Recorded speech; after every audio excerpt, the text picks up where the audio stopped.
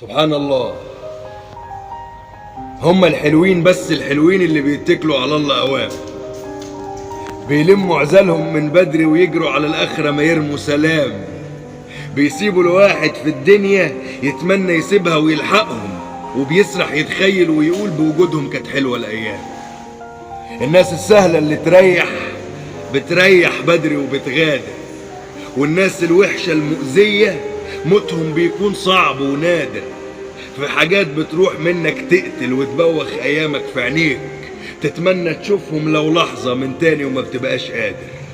لو كنت عرفت ساعتها بجد انها هتكون اخر مرة، كنت استنيت جنبك ما مشيتش وسبتك من بره لبره.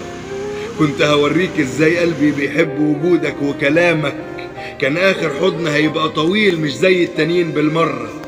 كان كل كلامي هيتبدل وهيبقى دموع رافضة تسلم، كان يبقى في نفسي اسمع صوتك وملامحك وانت بتتكلم. كنت اخد صورة معاك تذكار واقول لك خيرك مش هين، وان انت صحيح كنت حنين وفراقك صعب وهيعلم. كان لازم اكون موجود اكتر واعيش وياك اوقات اكتر، وتحس ان في ظلك بكبر، بس انا كنت غشيم بستكبر وبقول جنبي.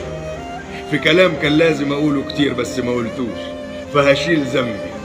الناس بيقولوا عليك مرتاح واني هقابلك، طب ليه انا مرتحتش قبلك؟ مشتاق لزعيقك ومشاكلك حتى الجدالات،